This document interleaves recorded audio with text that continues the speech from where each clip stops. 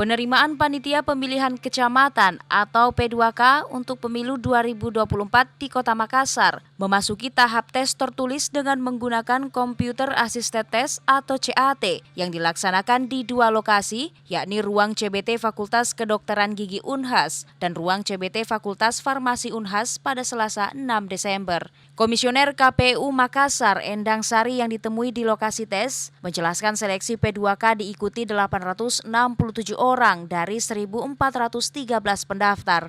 Nantinya tes akan langsung menampilkan nilai peserta dan akan menyisahkan maksimal 3 kali kebutuhan setiap kecamatan atau 15 orang per kecamatan. Komisioner Divisi Sosialisasi Pendidikan Pemilih, SDM dan Partisipasi Pemilih KPU Makassar ini menambahkan, setiap peserta CAT dikelompokkan berdasarkan kecamatan dan dibagi dalam 4 sesi. Endang menyebut tes CAT dipilih karena menampilkan transparansi bagi peserta. Lokasi untuk kegiatan, jadi kita akan bagi 4 sesi hari ini.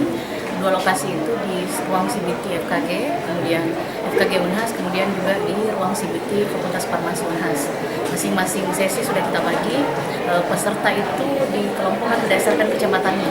Jadi setiap kecamatan tidak ada yang beda sesi dan mereka di satu lokasi.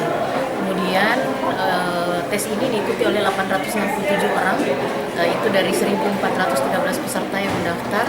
Kemudian tersisa di hasil seleksi tertulis ini akan diikuti oleh 867 peserta. KPU Makassar membutuhkan 75 P2K yang terdiri dari 5 anggota P2K setiap kecamatan.